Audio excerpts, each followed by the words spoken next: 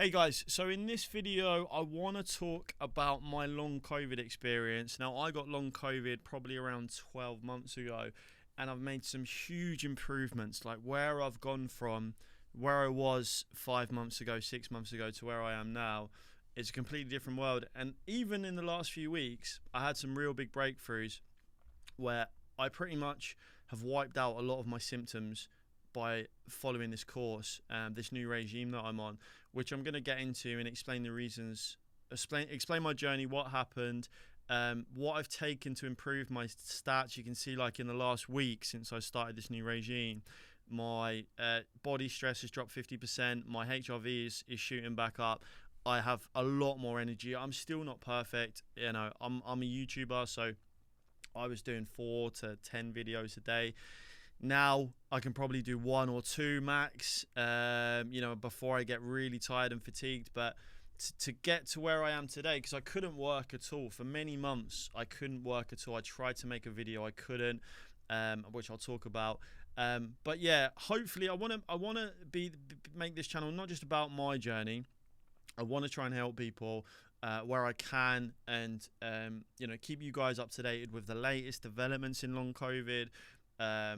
All of the latest news, the progression. There's been a lot of news come out recently about they're finding the spike proteins replicating, etc. So like and subscribe to stay up to date with the videos. I don't know how many I'm going to be able to do, because obviously I'm still trying to balance my life and my business, but I'll try and do as many as I can and keep you guys updated. So it was a long time ago. I say a long time ago, it feels like a lifetime ago. It was 12 months. And luckily I joined a long COVID group. So my first advice to anyone is, if you've got COVID or you've just got long COVID, maybe you've only just got it, go and join the Facebook group, the long COVID Facebook group. Huge group. I think there's like 100,000 people in there now, and it's one of the best places for information. And I don't know where I would have been without this group, because there's so many different things in here that completely changed my trajectory, eradicated my brain fog. The best advice I've had so far is from the patients, from the people actually going through this, because you have to understand, the doctors, it's all new to them, and there's a lot of great doctors out there, and I spent a lot of money on seeing some of the best long COVID and COVID doctors in the space, and they did tell me some valuable information, but still they didn't really know. The best long COVID doctor in London said to me, some people get worse, some people get better, and some people stay the same. And I just refuse to believe that. I refuse to believe that there's just a random chance that some people get better and some people get worse. There must be a reason some people are getting better and some people are getting worse. So I wanted to find out, what are the people that are getting better doing? What are the people that are getting worse doing or not doing? And I must have spent thousands and thousands of hours studying, because I was completely debilitated. I couldn't work. I could barely walk. I couldn't even speak to my partner, like, without having loads of brain issues and like pins and needles, and it was horrendous. It was really horrendous, and there's no way I would have progressed without the group, and those sort of things helped me. So what I'll do is I'll talk about where I was in this post that I've done here. So I posted in the group saying I've spent so much money. This was like, I think this was 4 or 5 months or 6 months after getting long COVID. Let me just briefly tell you where I am and how I got long COVID. So I had COVID quite a few times. So I had COVID 3 times. I was a DJ, so I was DJing all over the place. So I was doing a lot of traveling, doing a lot of shows, very busy gigs. And I got COVID 3 times. And I will hold my hands up and say I wasn't worried about COVID. I was never really bothered about COVID, and I never knew about long COVID. I'd never seen it on the news that you could be completely, debilitated. You could be in a wheelchair for years. I never knew about long COVID. There was no information about this floating around. I just knew about COVID. You get COVID, and after the first time I had it, it was bad, but it was like a really bad flu. Then the second time I got it, I got COVID again, had it before, it's going to go. And I can't remember, it was the third or fourth time that I got COVID, but it was the worst COVID I've ever had in my life. And let's say it's the fourth time. It might have been the fourth time that I got it. It was horrendous. I was literally in agonizing pain, laying in bed, couldn't move. Like, I could feel the inside of my veins just hurting and aching, pains in my feet, in my legs. And I never had anything like it, and I just couldn't believe how different that COVID was to the previous COVIDs. Now, I don't know if I'd hit the threshold, because the more times you get COVID, the more chances you have of getting long COVID. And I don't know if it was extremely bad because of the previous infections I'd had. I don't know whether it managed to break into my nervous system, right? Because as far as we know, that's why people get long COVID. It eventually manages to get into your nervous system and then causes all of these complications. I might jumble my words up here and there because I'm still not 100% and my brain is slowly coming back to life. So yeah, worst COVID I ever had. Still didn't know about long COVID, right? I still didn't know anything about long COVID at the time. Then it went away. I recovered and I was like, thank God, that's another COVID gone. That's another COVID out of the way. And I think it was around 2 weeks later, and I'd pretty much recovered at this point, right? I just felt a little bit groggy. Most of the symptoms were gone. I was just happy to be back to normal. And then it hit me all of a sudden, a whole wave of what felt like neurological issues. It felt like I had brain damage all of a sudden. And I can't remember, it was 12 months ago. I can't remember exactly how I felt. We'll look back at the notes, but I remember not being able to sleep for the first couple of days and just being in the worst brain, like it felt like I had brain damage, and it felt like my nervous system and my functions in my body had completely stopped working. Like I couldn't digest food properly. I couldn't go to the toilet. I couldn't pass the food. My stomach didn't feel like it was working properly. I felt like I had to breathe manually myself, and if I didn't force myself to breathe. And I think that's called dysautonomia, which is another symptom that comes with long COVID, which we'll talk about in separate videos because that's a whole other subject on its own. But yeah, hit me like a ton of bricks. It wasn't flu-y kind of symptoms. It wasn't like I had the flu. Obviously, I had the shortness of breath, but it hit me like a ton of bricks, and it was all like neurological issues. So let's look at the notes anyway, and that's where my long COVID started. And actually, I will just quickly tell you, after it hit me like a ton of bricks, obviously I didn't know what was wrong with me, right? So I was like, I thought I was having a heart attack or brain damage or something. So I went to the hospital, and they said, "Oh, it's probably stress or anxiety." And I said, I love stress. I work multiple jobs. Like even after uni, I was going to another job. I love it. It's not a problem for me, stress. I've never taken meds for stress. Of course I've been stressed, but I'm a person that thrives under stress, and I love challenges. I worked in sales quite heavy, so I was used to being in a stressful position where my manager said, if you don't hit target, you're fired.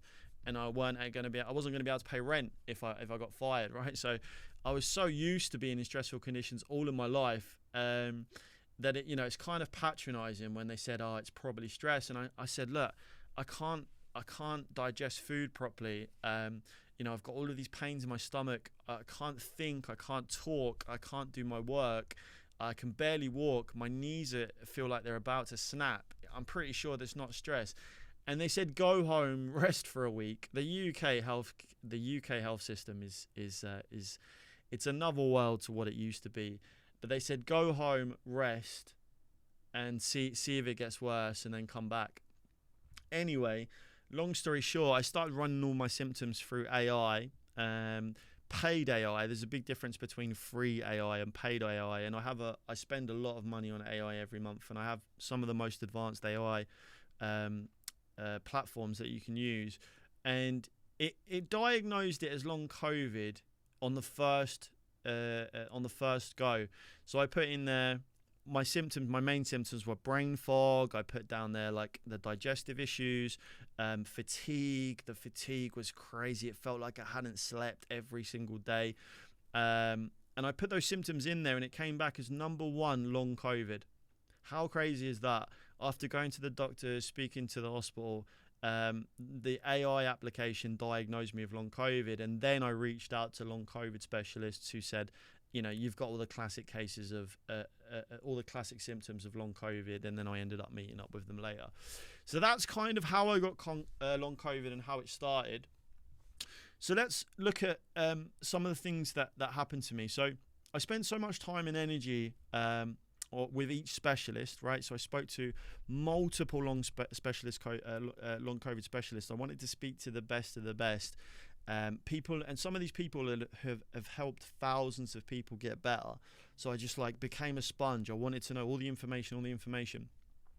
But they had so much valuable information, things that had just been discovered. I met with lung and brain specialists, gut specialists, some new different pieces of unique information. And that's what I think I can try and help you guys with, is each one of them was a specialist in their own area, and each one of them taught me different things that I then went on to experiment with. And I was like, I'm gonna take this information and run with it. They almost agreed in all cases that GPs and the NHS are about 90% behind. So most of them said, to be fair to GPs, it's quite new. It's been around 3 or 4 or 5 years. There should have been a rollout of more information. But to be fair to GPs, it's a very difficult subject, and there's so much different information. I mean, I've spent thousands of hours, studying this over the past year, and I'm still finding out new stuff every other day, right? I've only just pretty much found a routine that I can take, a new regime that I can take that's completely changed me, right? So, and this is 12 months down the line of me studying. So to be fair to GPs, there is so many different things. There's over 1,000 different symptoms that you can have. Maybe you have brain long COVID, maybe you have gut long COVID, maybe you have lung long COVID. Those are the 3 main types that people get. Maybe whatever you have, you might have a bunch of different symptoms, and a bunch of different things might work for you that maybe won't work for me, right? So it's important to take that into account. And if you go to a GP and they say, look, it's probably stress or anxiety, they don't know much about long COVID. Majority of them don't know much about long COVID as of yet, right? So bear that in mind. So my main symptoms were brain fog, and brain fog sounds so soft. If you've had long COVID and someone says to you, oh, you got brain fog, it almost sounds like, oh, you've got a headache, or you're a bit under the weather today. This feels more like brain damage. Okay, this feels like brain damage, not brain fog. It sounds way too soft. Let's call it brain fog damage, because I couldn't even talk to my partner without being in pain. I would stop halfway through even a 3-second sentence and just forget what I said, or not get to the second part of the word, like the sentence. I couldn't even see the sentence. And this was basic stuff. Like, she would say, what do you want from the shops? And I would say, yeah, get me, I forgot the question already, and now my brain is thinking, what am I doing? Where am I? And it's also, it's trying to draw, my brain is trying to draw energy that I don't have, if that makes sense. It's very hard to explain. You'll see a lot of people who had long COVID, they'll say it's so hard to explain, and we have to explain it over and over again to so many people. And unless you have it, you will never know. Unless you have it, you will never know what it feels like. And that's the most frustrating thing for people, us with long COVID.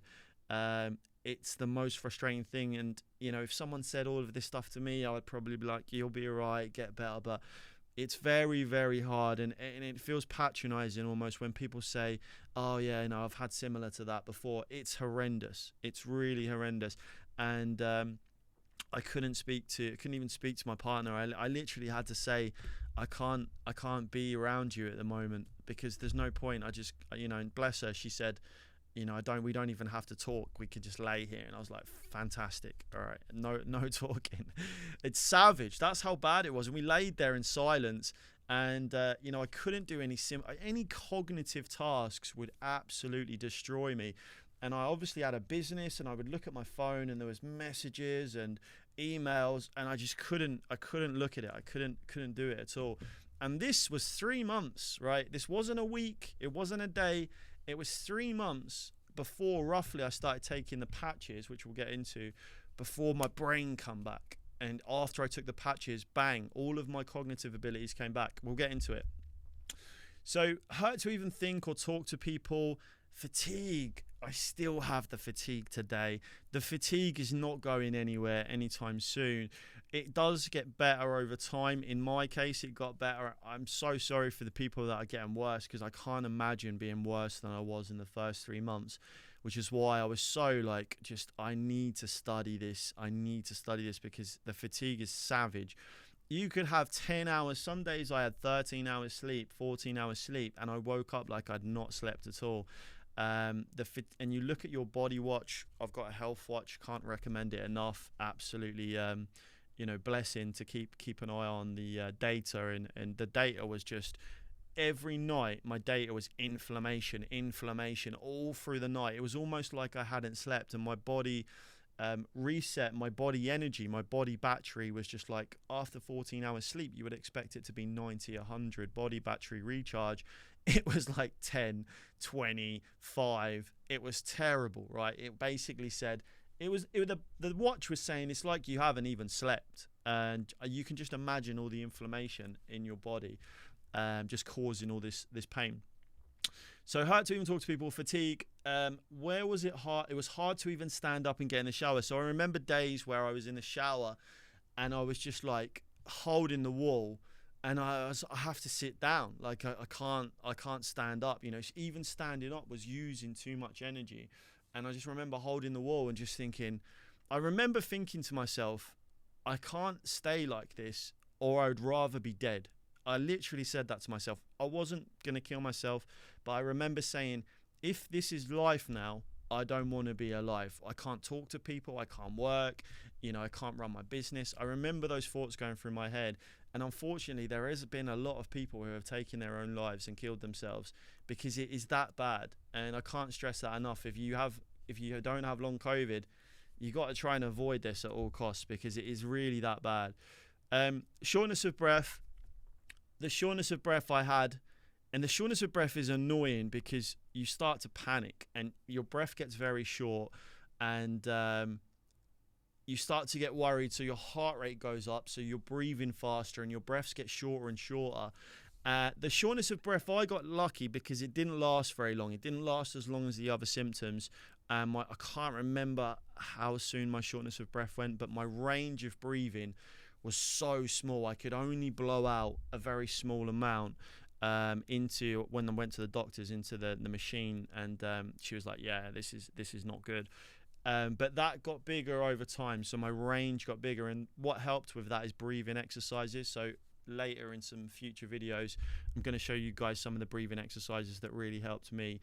And it comes down to the diaphragm. It causes huge problems in the diaphragm, which I think is the autonomic dysfunction that's partly causing that problem. Again, we're going to do whole diaphragm videos, and because it's not just about things that can help you. What's helped me is understanding, why is my diaphragm ruined? Why does it feel like I have to breathe manually? Why can't I sleep on my back? Why can't I even be on my back?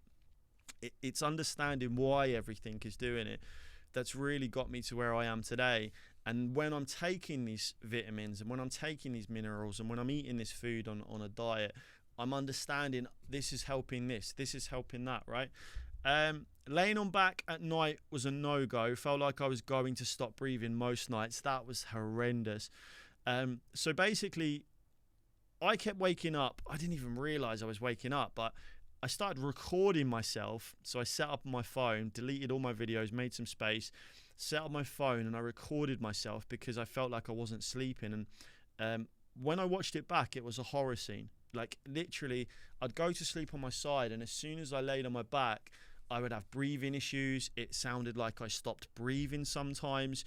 I would wake up and move and roll on my side, and then as soon as I went back on my back, I was awake. So every 5, 10, 15 minutes I was moving in discomfort, like my body, and I was like really agitated in my sleep.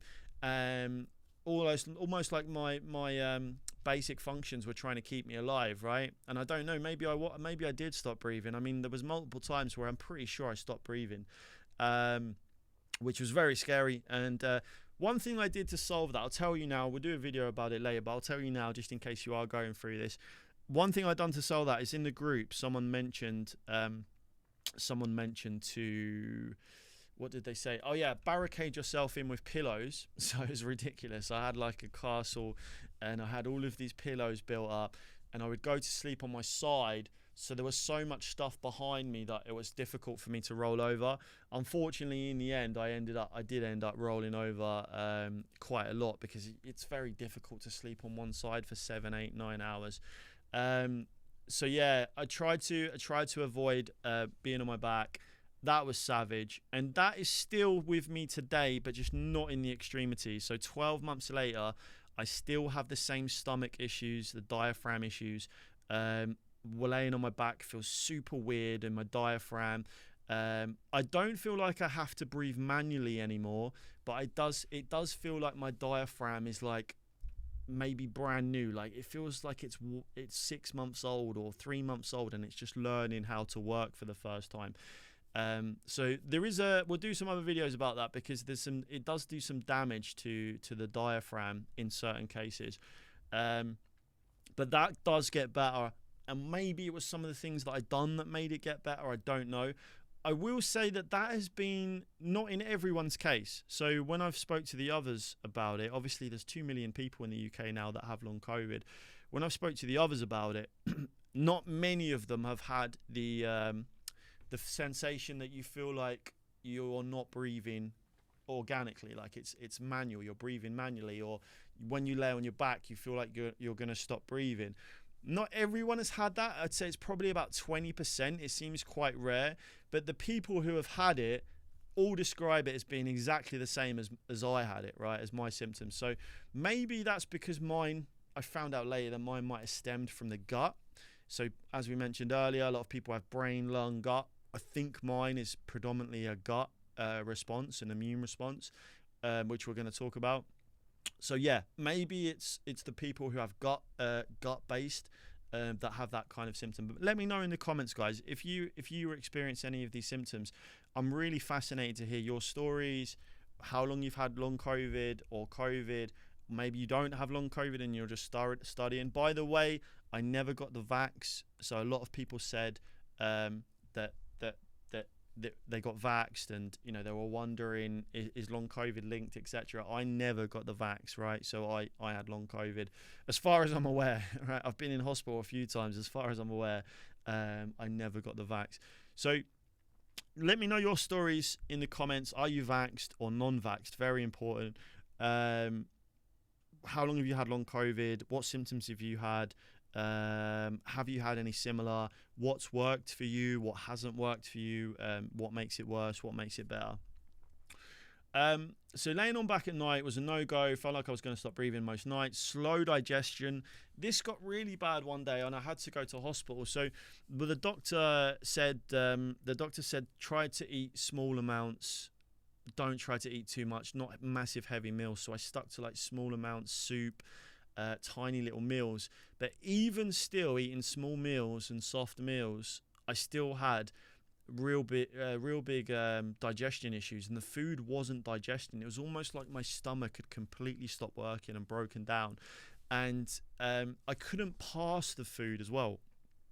I normally go every day, every 2 days max, and it was many days where I didn't pass. And one night I woke up in the middle of the night and I had this worse pain somewhere around my stomach, to the left of my stomach, and it was unbearable, to the point where I actually went to the hospital.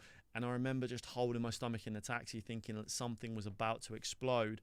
And someone in the group said, you've probably got a blockage, which can be dangerous. So I went to the hospital. I sat in the NHS emergency room for 10 hours before getting seen. Again, the NHS in the UK is massively gone downhill. There were so many people in there waiting to be seen, and then the doctor just felt around and said, come back if it gets worse. Same old. then I went back. It calmed down. Then I went back and I really changed my diet so that I wasn't taking any heavy meals, any crap. And that was only once. So I only had that blockage once in the very, very early days of this. And I really think on reflection, my whole digestive system was shutting down because I had a lot of symptoms that were similar to dysautonomia and autonomic dysfunction. And basically that's where your normal systems, your nervous system that controls everything, stops working, stops operating, and forgets how to do stuff, right? So where did we get up to? Hard to even stand up in the shower. I don't know. It was a night. Stop breathing most nights. Slow digestion, malaise, tinnitus. A lot of people had tinnitus very early, and I said, because the AI application said, do you have tinnitus, when it diagnosed me for long COVID? I said, no, I don't. And I don't remember having tinnitus in the first few weeks, maybe even the first month. And I remember when I was studying on YouTube, looking at other people's journeys and doctors talking about it, they were talking about tinnitus very early on, ringing in the ears. And then all of a sudden, my tinnitus came. I can't remember whether it was 3 weeks, 5 weeks, 6 weeks, 8 weeks, but all of a sudden, out of nowhere, it came. And I used to be a DJ, or I still am a DJ, and I'm used to that tinnitus, that bing sound, that buzzing sound that comes out of nowhere, and it's like your ear is tuning into a sound, or you've done some damage to the inner ear. So I'm quite used to that, being around loud music, and it came out of nowhere, and it was really extreme, like a massive ringing bell sound. And that is, as a DJ, I know that is normally that normally comes when damage is being done to your inner ear.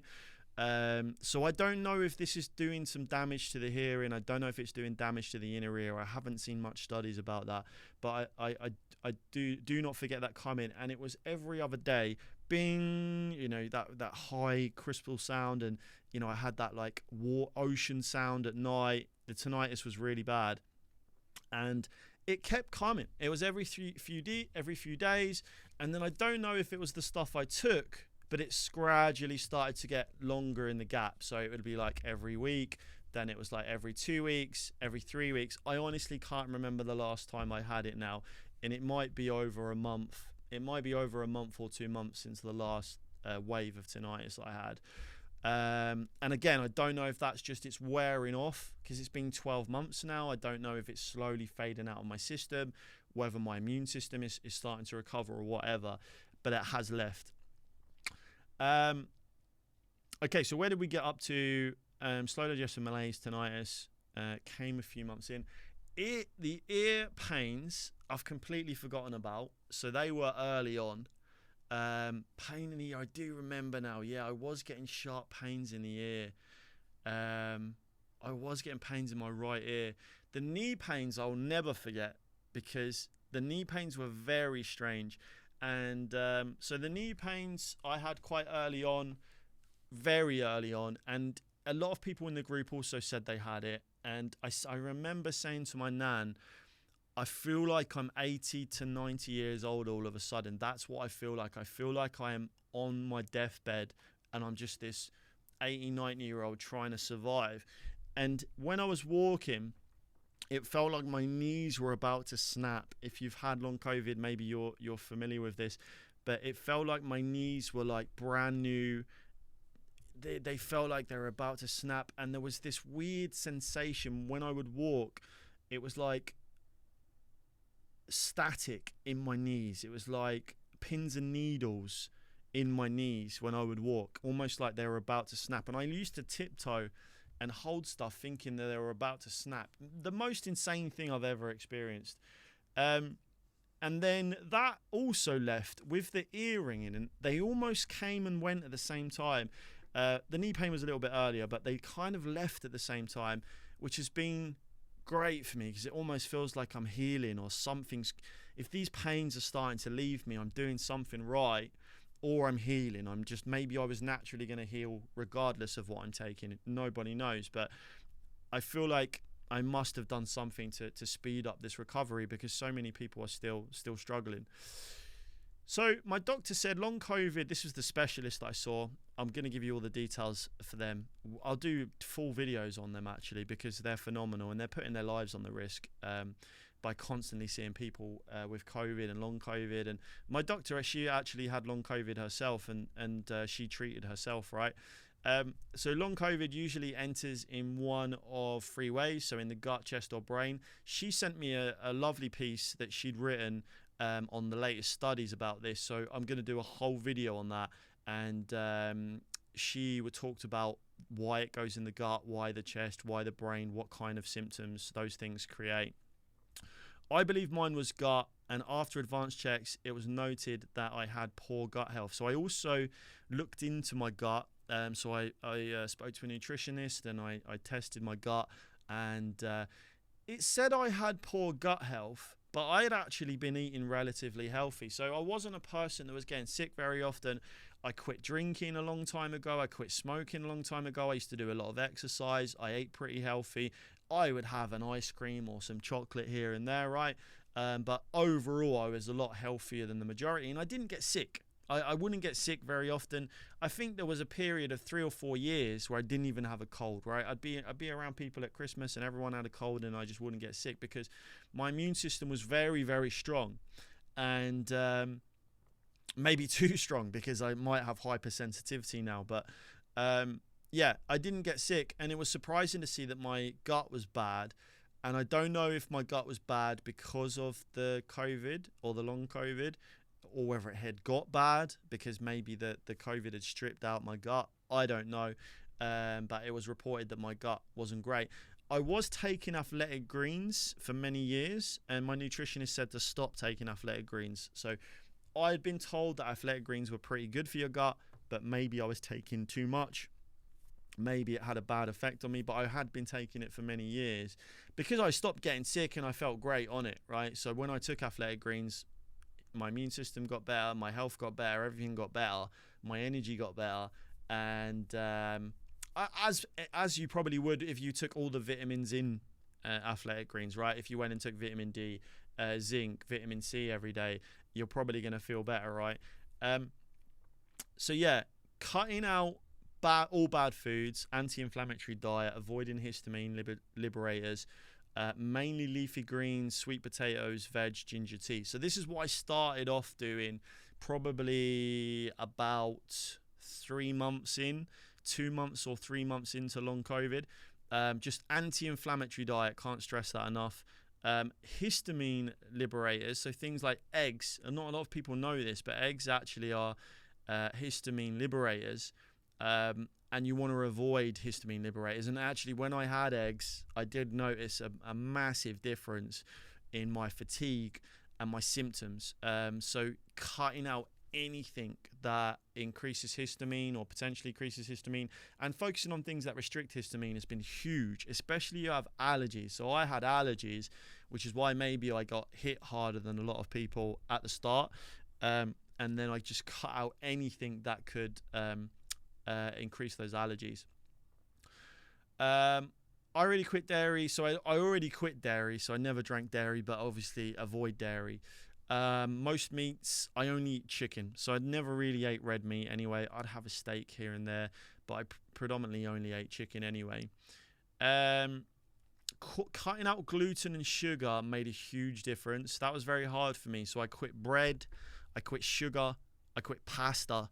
My nutritionist advised this, and that was very hard, but I did notice a big difference in maybe my gut health, definitely my gut health, passing food, everything. A lot of the gut stuff improved after cutting out those. It's very hard if you can do that. I mean, look, I was so bad. I don't think I would have ever been able to quit sugar and bread and pasta if I didn't have long COVID, because if it was just COVID, I would take COVID every 3 months, no problem. I would take it give me COVID every 3 months, no problem. Long COVID, never again. I'd rather have COVID every 3 months than ever have long COVID again in my life. That's how bad it was, or kind of is. So leafy greens, sweet potatoes, veg, ginger tea. I stopped the ginger tea. I stopped the turmeric. Sorry, still turmeric, but I stopped the ginger tea. I'm going to show you guys my full routine: vitamin D or the vitamin C. But remember, it's customized to me to try and calm my gut response to stop the cytokines releasing. Quinoa, gluten, and sugar. Quinoa, gluten made a huge difference. I already quit dairy, most meats. I only eat chicken. I was relatively healthy. I was taking probiotics and vitamins for many years. So that was the Athletic Greens. They had probiotics in it as well. So I was very surprised that my gut health wasn't good when tested. So vitamins, I tried so many combinations of vitamins, but forget this, because I found out later that there's better options than taking multivitamins. So I was taking a pro multivitamin, and I tried loads of different vitamins, and I took the pro multivitamin and I had the best response. I know why now, which I'll talk about. There's something in these that has 100% improved me. So there was something in them that improved me. Symptoms got worse when I stopped. So I took what I done to test the vitamins, because if you're trying so many different things, you're not going to know what works. Is I tested them and then I stopped taking them. So, I took them for a few weeks. Am I getting better? Am I getting worse? Oh, I feel actually an improvement on these vitamins. And then I stopped taking them. And I got worse, right, when I stopped. And then that's when I realized what was working, what wasn't. So the pro vitamins, look, any vitamin's better than nothing, right? But the pro vitamins I stopped taking. It was because it was Thorne that I think I had a big difference. I was taking very cheap vitamins, and later I spoke to a doctor who said that your vitamin D is off the low. Your vitamin D is dangerously low. And I said, how can my vitamin D be dangerously low? I'm taking a supplement. He said, what supplement are you taking? And he's like, yeah, this isn't going to touch the sides. This is basically not going to do anything. And that solved it. As soon as I switched to the Thorne vitamin D, I now take Thorne vitamin D. My vitamin D levels, when I went back and got checked with the doctor, were good. They were back up. And long COVID sucks your vitamin D. It sucks your body of vitamins, because it's constantly trying to fight this mysterious virus. It sucks your energy of vitamins. So the doctor said I had to take more vitamins than normal to keep up and stay balanced, because your immune system is fighting. And at one point I had a thyroid issue. That's how bad my vitamins were getting. I had I can't remember what it's called now. I'll find out for you guys in later videos. Hyperthyroidism it's called, and that was sucking my vitamins. And then when I took the extra vitamins, the Thorne ones, all pro vitamins, heavy doses, I immediately got away from that hyperthyroidism, which can be dangerous. So you will find. So the best thing I can't suggest you things. The best thing I've done is always get my bloods done. Get my bloods done for vitamins, vitamin D, magnesium, as much as I could. Even minerals. I even had my minerals checked, and I try to do my blood tests every 3 months, every 4 months, just to stay up to date with where I am. And there's not often where I go back and they haven't been dangerously low. Like my C was dangerously low. One time my magnesium was dangerously low. My vitamin D was dangerously low. So I've had to keep up in the doses to stay up with long COVID. But as I seem to get better, which I feel like I am now, I will take less and less, right? I just need to keep monitoring it so I'm not taking too much or too little. Okay, so I tried loads of combinations. Forget about this, because I'm going to show you guys my complete course, my complete routine later. But at the time, I was taking C, D, and zinc. At the time, I was taking C, D, zinc.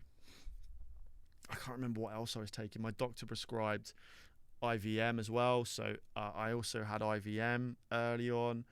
But those C and D, zinc, very important. What was I taking? I think I was taking magnesium, but not the right magnesium. It was much later that I found out about magnesium. I think it's called bisoglycinate. I'll show that to you guys later.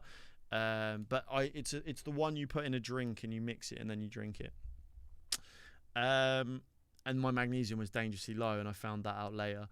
This was a game changer for my brain fog. Okay, so someone in the group, this was probably 3 months in, I think. I said, I can't work, man. I said, my business, it's falling apart. You know, I've tried. I open my laptop, I just can't even talk. I can't get my words out. And someone said the best thing they had done was nicotine patches.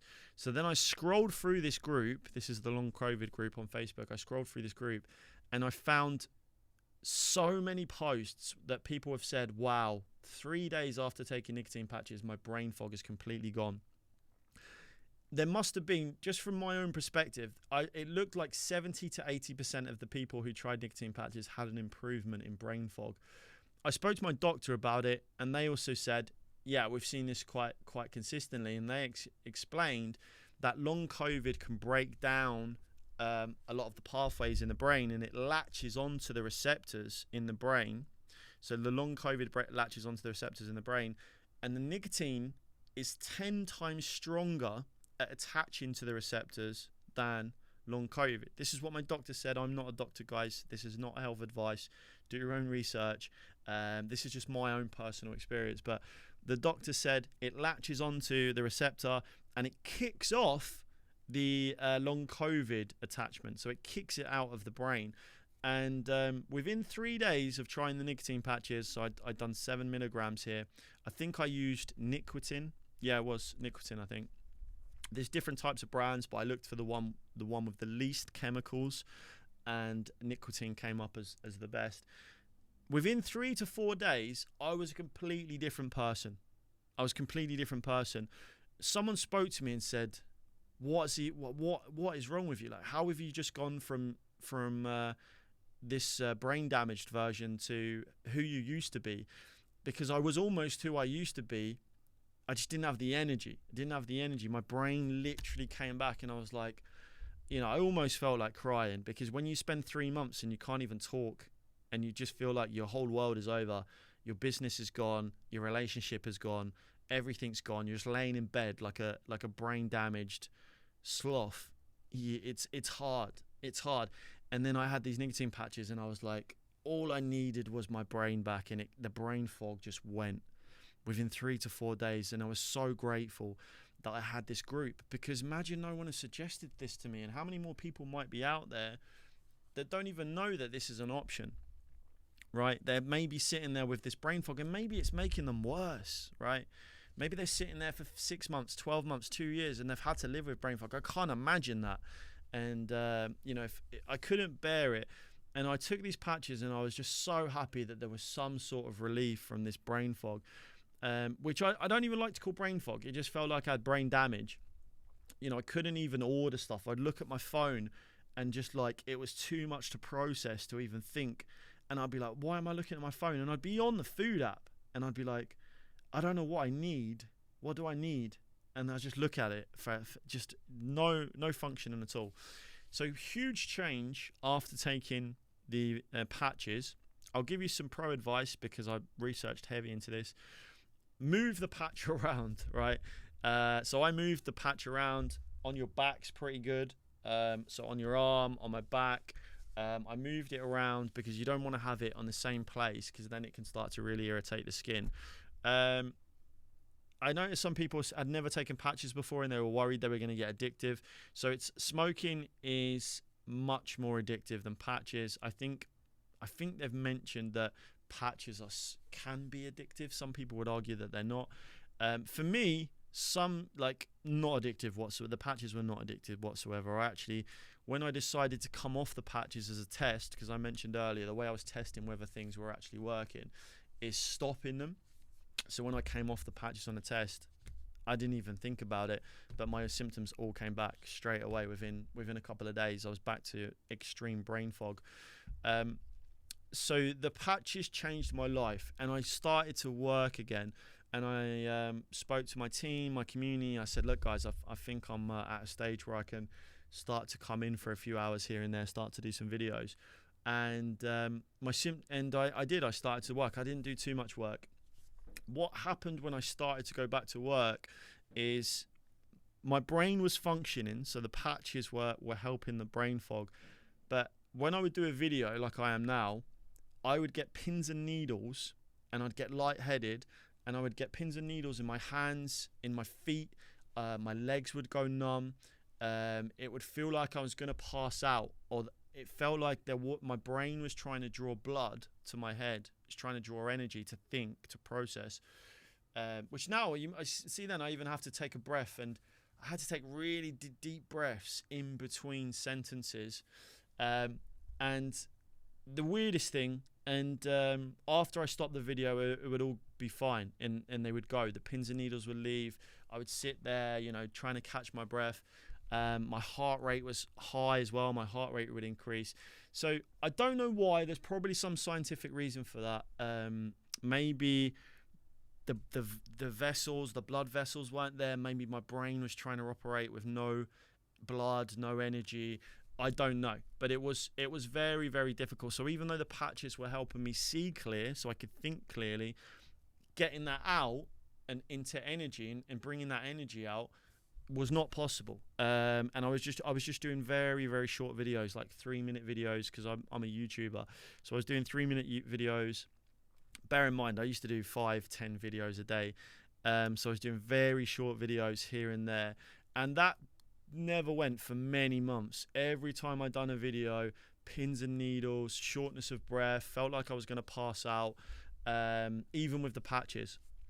So when the patches really helped me, right, completely changed me, gave me a new lease of life mentally, then I stopped them. So after about 3 months, I think maybe 2 months, 3 months, I stopped the patches to see if I could just come off them, see if they'd solved my issue.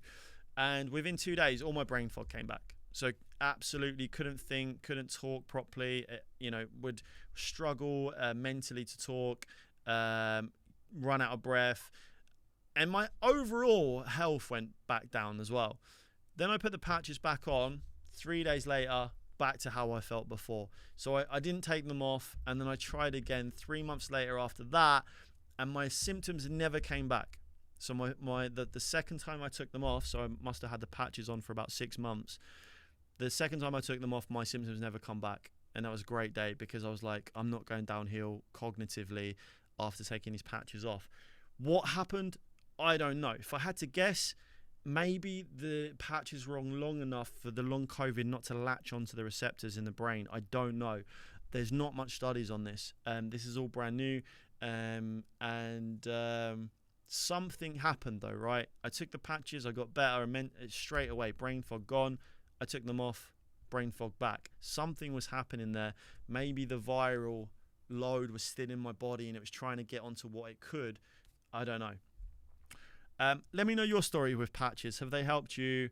And this also might be a reason. There's a I don't know if it's a rumor or a myth or it's fact, but there was a lot of smokers who didn't get COVID. There was a lot of smokers who have not had long COVID. My friend has been around so many people with COVID. His girlfriend had COVID and he just didn't even go away from her, right? He just hung around her.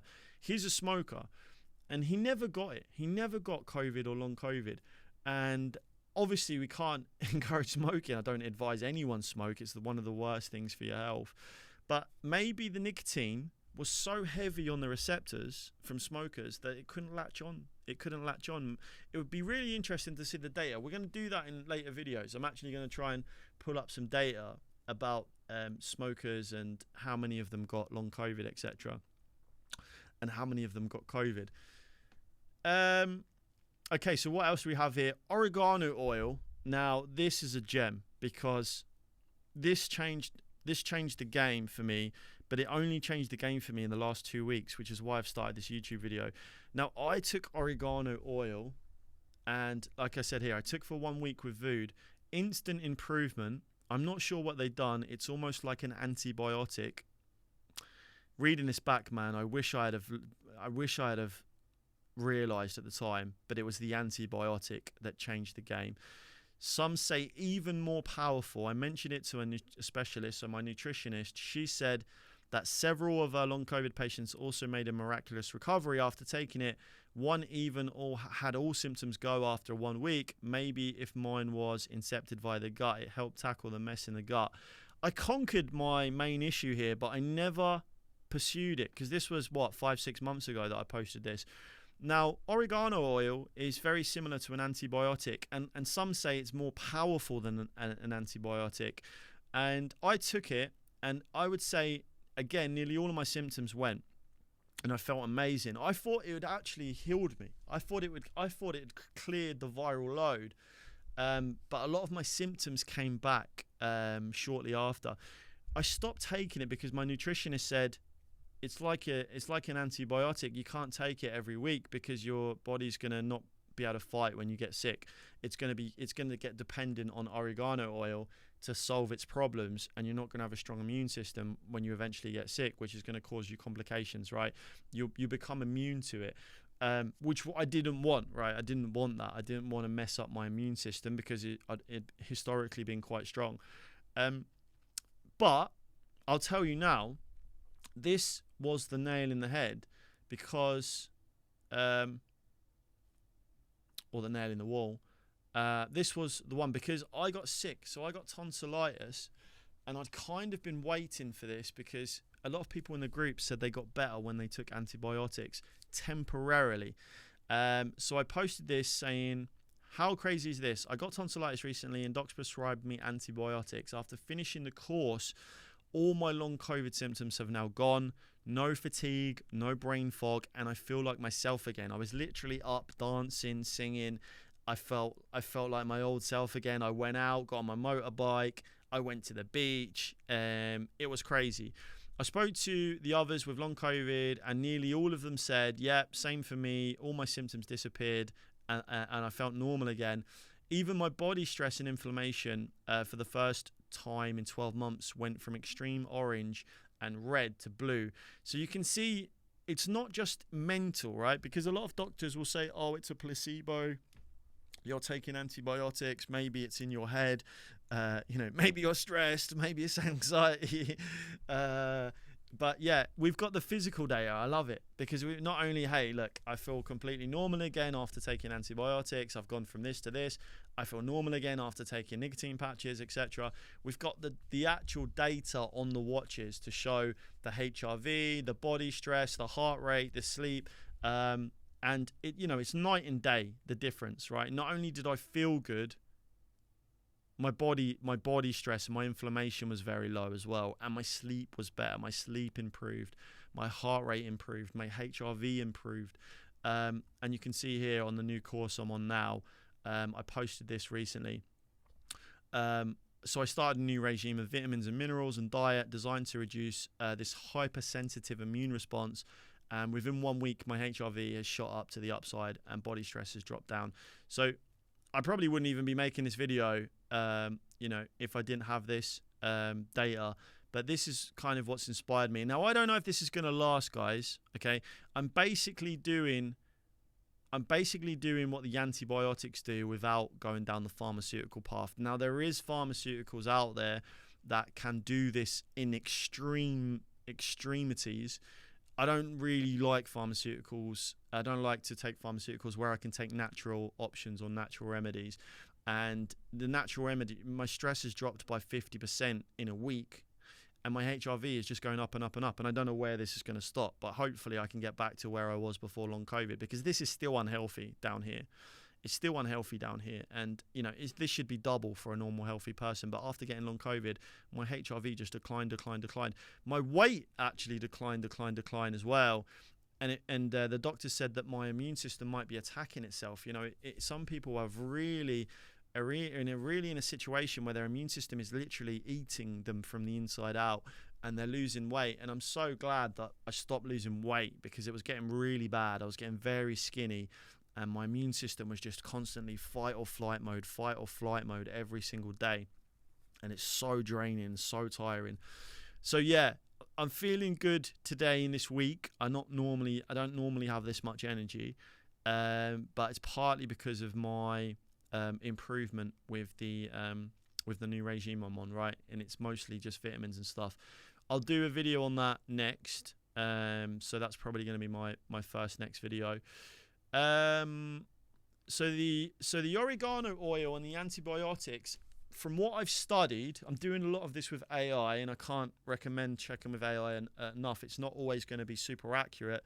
But if you're cross-checking it, I cross-check mine with multiple different AIs, and they're paid AIs, so they're going out and researching all the latest documents and all the latest data from their health industry. If you're checking with AIs, and it came back with some really, really good information, and it said this is a classic case of hypersensitivity, and they said it can happen in a lot, 70 to 80% of long COVID gut cases. And basically, the antibiotics are wiping out everything in the gut, the good bacteria, the bad bacteria, the viral infections. They're wiping it all out completely. And that obviously has made me feel completely normal again. Not just me, lots of other people. And obviously on the watch, data is saying, hey, you're a healthy person again. So fascinating, really fascinating. And it was a massive relief for me, because I was like, there is something that can help me. And not only that, if I really need to go and see someone, or I need to do something, maybe I need to visit someone, I can take the oregano oil as an emergency. So I've got the patches, I've got the oregano oil. It's something, right? When you're laying there with no hope, you can't work, you're dead, you struggle to even stand up in the shower, you can't talk to anyone, you're losing your relationships, etc. There's some hope. And when I got tonsillitis and I had these antibiotics, I was just so grateful that there is this medicine that doctors have created that helped me, right? And now I'm basically taking antibiotics, or I'm not really taking my antibiotics. I'm doing everything that the antibiotics do without messing up my immune system, or I'm trying to. Massive relief. And the oregano oil, I don't know how long you can take that. I probably am going to speak to a doctor and say, look, can I take oregano oil every 3 months? Let's say there's a wedding, let's say I need to go to something, or there's a work event. Can I take it every 3 months? Maybe I'll do that. Maybe it'll be a booster, right, on top of my natural thing. Maybe I can take the oregano oil and feel good for a week or 2 weeks, right?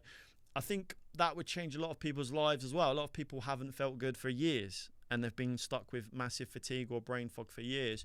And I would love if someone found this video and some of these things worked. I'd love to hear your story. So if you do watch this video, drop in the comments, come back and say, hey, I tried this or I tried that, and I've improved. Of course, speak to your doctor before trying anything. Speak to your doctor to make sure that you're suitable to take these things. Make sure you're not going to have a reaction to nicotine patches or whatever. But yeah, nothing would make me happier than to hear that some people experiencing this, because I know how bad it is, and I know that no matter who you talk to about it, they don't understand what it's like, right? They don't understand what it's like, especially the first 3, 4, 5, 6 months. I did try Nidra Yoga, absolutely amazing. Actually, I'm going to tell you what I also tried. A lot of people in the group said they had an improvement after sauna and cold plunge. And I actually bought a sauna and cold plunge. That's how bad it was. I was just desperate to get better, and I literally would have bought anything anyone told me. So I bought a sauna, a cold plunge. I bought a red light therapy panel. I bought an oxygen machine. Like I literally was just wanted to get back to normal. So I bought all of these things, and all of them were not good for my specific case. Okay, and that doesn't mean that doesn't work for anybody else. Doesn't work for anyone else. I was having saunas and cold plunges trying to get better, thinking, yeah, I just need to keep doing this. I'm going to get better. I didn't feel right, okay? I did feel good temporarily. So if you jump in a thing of cold ice, you are going to feel a buzz, a natural high, and your adrenaline is going to rush, and and I did think, I needed that. I feel good, but it was the adrenaline that I found out later. And then afterwards, I would go downhill. I'd do the sauna and plunge for a couple of days, and I'd be like, I'm just going back downhill. And then, sometimes I would do more plunge, and I stopped doing them naturally. And then after the antibiotics, I researched, and it said really bad for me because I have hypersensitivity, gut immune response. It's creating all these cytokines and the plunge pool and the sauna are not good for those, and that can actually increase the immune response, which makes me more fatigued, more run down, all the other symptoms exasperated. So yeah, avoiding that. I've completely stopped those now.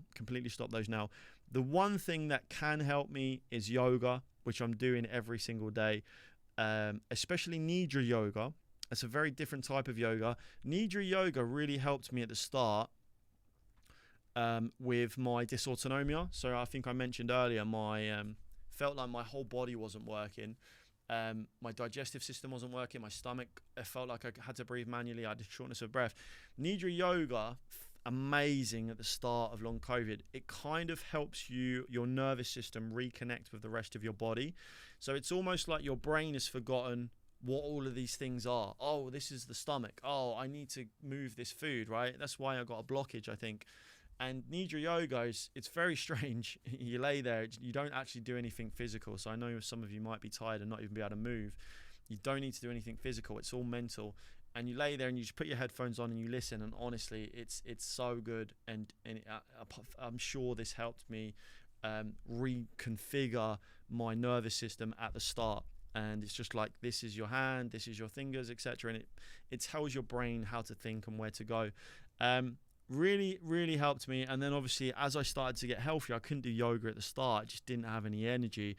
And I had PEM, so I think it's called post-exertional malaise. And whenever I done anything, the next day I was wiped out, right? Even if it was walking to get the shopping from the front door, by the time I got back upstairs, the next day I was wiped out. And then I had to ask people to deliver the food to my door. So yeah, I avoided yoga, and then I eventually started to do yoga many months in, probably 4 or 5 months into long COVID. I started to do yoga, and huge improvement, just very light yoga. I'm going to show you the people and the programs that I followed on YouTube. Really, really good courses. It's specifically long COVID yoga. So not normal yoga, not normal exertional yoga. That's going to take you out of the game. Long COVID yoga, which is the most feeblest yoga I've ever done. And, I almost feel stupid doing it. You're doing basically weights with no weights sometimes, and it just feels crazy. But, you're basically just doing as little as you can to try and get back and get your body muscles back, which is supposed to help you get better as well. But the problem is, the more you do, the worse you feel, and the worse some of your symptoms can hit you. So it's about pacing, just doing everything slowly, not doing too much all at once. Even if you're cooking, I found myself cooking, just basically moving in slow motion, just so that I didn't use too much energy, and then I was wrecked the next day, right? So long COVID yoga, many cool videos on YouTube, very light exercises, helped me. Breathing exercises as well, helped me with my diaphragm issues.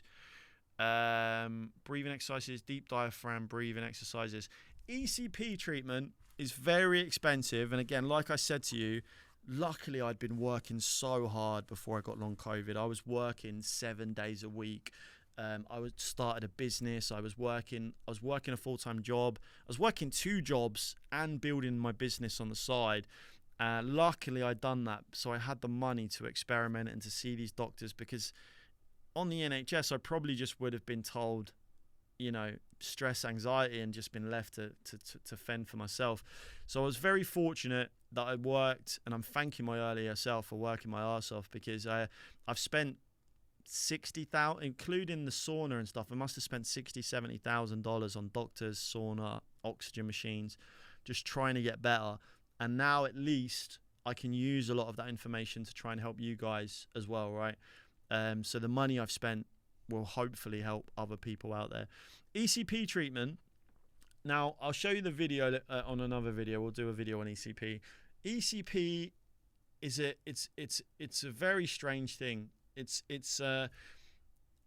saw a doctor on YouTube when I was searching for doing research on long COVID and people who have recovered, and I found a doctor, very good doctor, who actually got long COVID. And then she said, look, now I'm running again. And I was like, how can I get back to running? And she was running again like 2 years later, not straight away. But because I watched her in having long COVID, and then I watched her running 2 years later, I was like, I've got to do this, right? I feel so bad. I can't work. I'm going to lose my whole business. I'm going to lose my relationship. I need to do everything. So I actually paid the money for ECP, and it was crazy expensive. It was like, I think it was like £300 a session, and you had to do a session every day. So I was doing like £300 a day on this ECP, but I had seen a lot of people got better. Now I didn't do the full course. You're supposed to do it, I believe, for 6 weeks, and I think I done two weeks or 3 weeks, and you're supposed to do 6 weeks. But I did notice some improvement, and I don't know whether I needed ECP because I was also taking all of the other stuff, right? All of the vitamins, etc. I don't know if I needed ECP, but I have seen multiple stories about people who got better because of ECP. One of the specialist doctors I spoke to about it actually said it's going to be great for you because you struggle with brain fog. He said basically the reason you have brain fog is there's microclots in your brain and in your body. There's microclots which is causing the inflammation, and he said this is why you're like sluggish and slow and you feel 80 years old. You've basically had a stroke. He said it's like you've basically had a stroke and you're dealing with the results of that stroke. And he said what ECP does is it clamps onto your legs and it pushes all of the blood. It does this, right? It pushes the blood. It's like a heart. It takes the strain off of the heart and then it pushes the blood around the body, and it forces the body to make new pathways. It forces the body to make new vessels. And when I went on this ECP machine, I was getting pains in my chest, really bad pains in my chest, pains in my head. I remember vividly, I don't know about my legs, but there was pains in my chest and pains in my head. And I just didn't care. I remember feeling so bad with all of this long COVID symptoms that I just said, even if this is, I don't care. I just turned it into a positive and said, this must be creating new pathways to make me better. And I did feel slightly better. It wasn't a nicotine patches day or night. It wasn't a antibiotics completely all symptoms gone. It was slightly better. And I at the time, I was just happy with anything that made it slightly better. And also, I don't know, there might have been a placebo there where, you're expecting it to make you better, but there'd been a lot of people who had actually had improvements, especially the doctor. I'll show you her video on another. Maybe I'll be able to find it now. I do all my videos live, guys, so if I make mistakes, unfortunately they stay in. Let me see if I can find this for you because it is a really cool video. Long COVID, doctor healed with ECP. She was a runner and she healed herself. Can't see it right now. Long COVID patients traveling abroad. No, not that one. I can't see it now, but if you search ECP on YouTube, you're going to find it. You're going to find lots of videos. But I'll show you on one of my later videos. Yeah, lots of people tried ECP. It's also not invasive, so nothing goes in you. It's all on the outside. You do need to check first with a cardiologist that you can have it to make sure it's safe for you. It's so expensive. I mean, on reflection, I should have really only done it if I'd run out of all other avenues. So let's say I tried everything else and maybe I needed ECP, then that's probably the path I should have gone down. But I'd worked so hard. At points I thought I was going to die with this long COVID, and I just thought, I've worked my ass off. I've made this money. I'm just going to spend it trying to get better, because if I'm in a box, how good is all this money going to be in a box, right? I can't find it, guys, but I'll find it for you and we'll do it on a later episode. Okay, so where am I now? So these are the main symptoms. We've talked about them. So these are the main symptoms. Always feeling very tired or feeling extremely tired after doing small physical or mental activities. So that's the PEM we talked about. Memory changes, such as trouble finding the right words, misplacing things, or changes in the ability to remember things. I'm even running out of breath now. Coughing or feeling short of breath. I didn't have a cough, which is strange. I did have the shortness of breath. I didn't have the cough.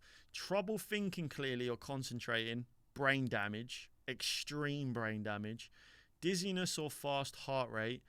Yes, actually, I forgot to talk about that, but that's quite common. Dizziness or fast heart rate. Kind of lightheaded.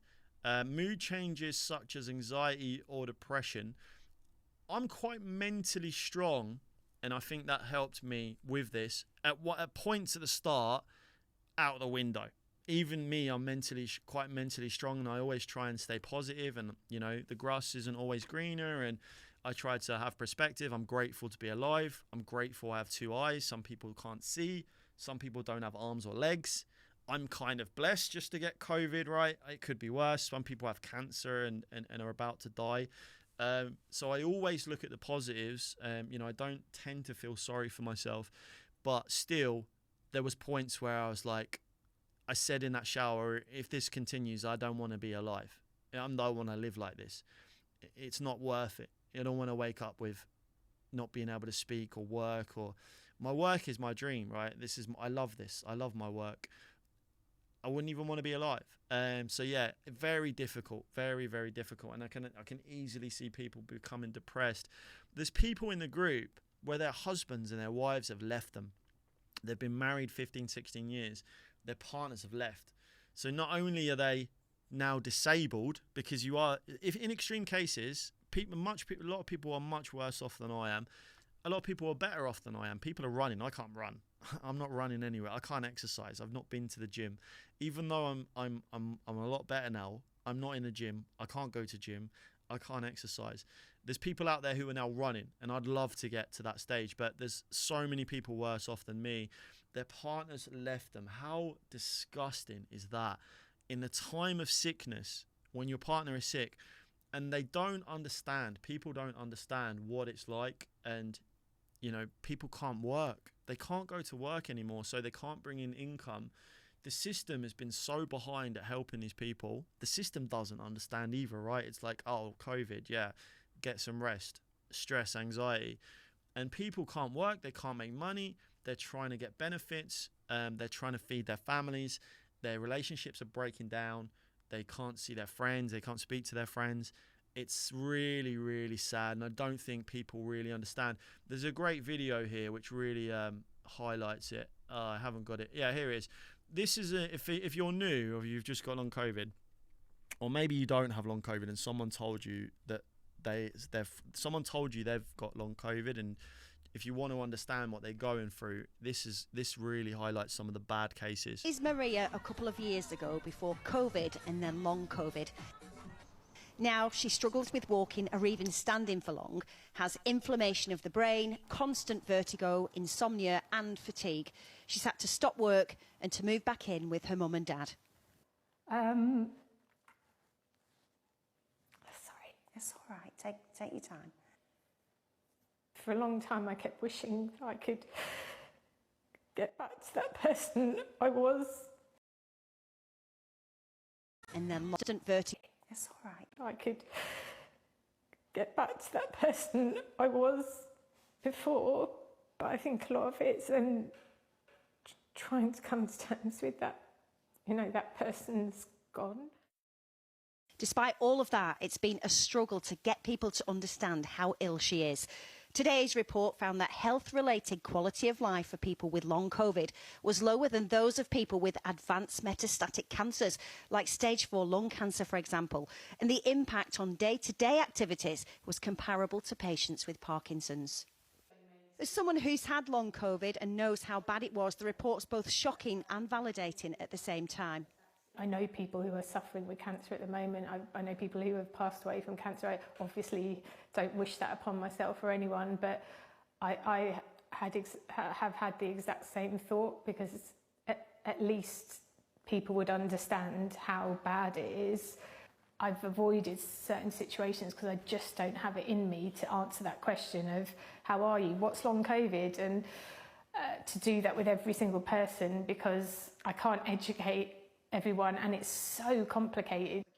There's hope then that this report will do some of the educating on behalf of people with long COVID, and always hope too of recovery. Some changes in medication recently have improved some of her symptoms. It goes without saying that she'd like to be able to do this again. You know, I'd love to think I could get there even in a scooter or a wheelchair. So that's like, you know, that's the kind of first step. But yeah, hopefully. It's so sad, man. And do you know what she said? That hits home when she's like, it's so... it's so hard.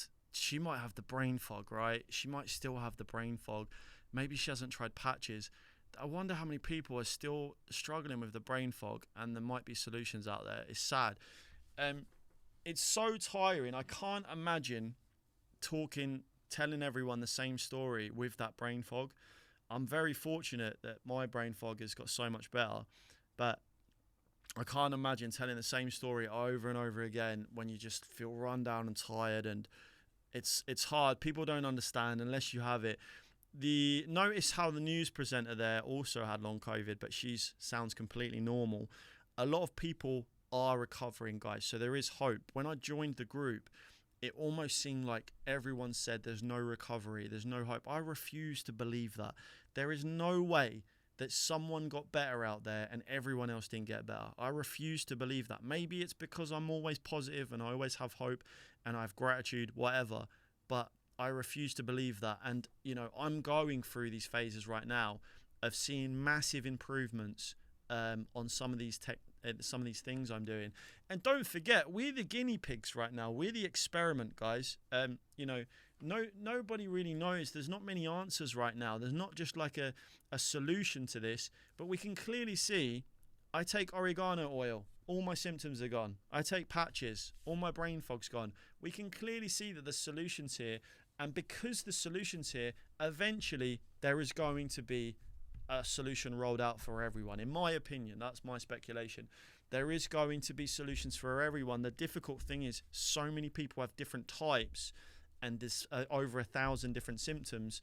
You don't really know what's going to work for everyone until you've tested everyone, right? So right now, there's people with long COVID going through tests and experiments, then they study it, they study improvements. Oh, you got better with patches, you got better with patches. Why is this? Oh, maybe we can wrap this into a pharmaceutical that improves brain fog and improves your fatigue, right? I'm sure in time there is going to be a solution. So always have hope. And I'm going to talk about some of these things on the next video. But for those who watch this one, briefly, what I'm basically doing is I typed into AI, so you can even do this yourself, right? I use ChatGPT. I think that's probably the best one. I also use Grok. There's another one called Gemini, and sometimes I put the same question into all three, and then I cross-check them as well. So I'll drag ChatGPT's answer into Grok, and I'll say, can you go and fact-check this with scientific evidence? Can you see any examples of tests that have been done that prove this is true? And more often than not, ChatGPT is phenomenal, and it's not just pulling up random info, it's pulling up actual information from studies and results. And so ChatGPT, what I typed in there is, hi, just had tonsillitis, just taken antibiotics, all of my long COVID symptoms have completely disappeared. I'll run through this on another video because this video is getting lengthy. All of my long COVID symptoms have disappeared, and I feel like myself again. I feel like my old self again. I've got energy. I woke up this morning with energy. I feel like I'm completely normal again. How is this possible? What do you think's happened? Also, when I took oregano oil, which is very similar, the same things happened. So surely I'm having some sort of response here in my gut. And then AI came back and said, this is very common. This is called so-and-so. I think it was called hypersensitive immune response phenomena or something. Happens in so many patients. Many patients with long COVID report feeling completely better with this. And then it said, this is what people would take in that situation. And I literally copied the AI's prescription, technically, and instant improvement. This has happened time and time again with AI on my long COVID journey. And it's actively looking for all the latest news, the latest data, the latest news. And I'm so glad that I got here. And it recommended everything that reduced cytokine release and histamine release. So I'm taking antihistamines so L1s. I'll do the next video will probably be on my whole regime. But anyway, I'll just tell you now because I don't know when that video is going to be. Histamines. Histamines. Here we go. Brain fog. Histamines, vitamin D, vitamin C, and I didn't know this at the time. Liposomol vitamin C I'm taking actually reduces histamine, so it clears out some histamine. I'm really low on glutathione. I have to do a video on that as well because I'm dangerously low on glutathione, but every time I take it, I struggle with it. I don't feel good off it, and I'm always a strong believer of trust your body, but for some reason it doesn't sit well with me. I'm also taking very expensive Liposomol glutathione that I flew into the country because it's not available anywhere, and it just doesn't sit well with me. I am supposed to take glutathione, and I do have it sitting there. Lactoferrin is also taken with histamine, and CoQ10, taking CoQ10. CoQ10's made a huge improvement. So I was previously taking like D, C, zinc, but now I'm taking the CoQ10, the lactoferrin, very specialized probiotics that are designed to deal with this kind of immune response, which I'll show you which ones I'm taking in the videos. I think that's mostly it. D, C. I take zinc here and there. Magnesium bisglycinate, I think it's called. I take that, the drinkable one. Really great for getting to sleep. If you're struggling to sleep, it's amazing. Check your magnesium levels as well. They'll probably be low if you have long COVID. So get all your levels checked. Definitely get all your levels checked before doing anything, because if your levels are all high, some of these things it might not even make a difference to you, right? If you're taking too much. I think that's pretty much it. I'll do more detailed videos about my regime, when I take them, what time I take them. I'll do more videos about that on the later videos. This is kind of more of an intro video. Obviously, it's the first video to the channel. So yeah, don't forget to like and subscribe, guys. Let me know your story below. Let me know your journey. And yeah, it'd be cool to hear your stories. And maybe I'm going to learn some bits from you. Maybe some of you have had similar situations to me with the antibiotics. And maybe you've seen an improvement. My stress dropping 50% in a week is crazy. And my HRV just keeps going up and up and up. So I'm going to keep you guys updated with this as well, and hopefully I can get back to some normal levels.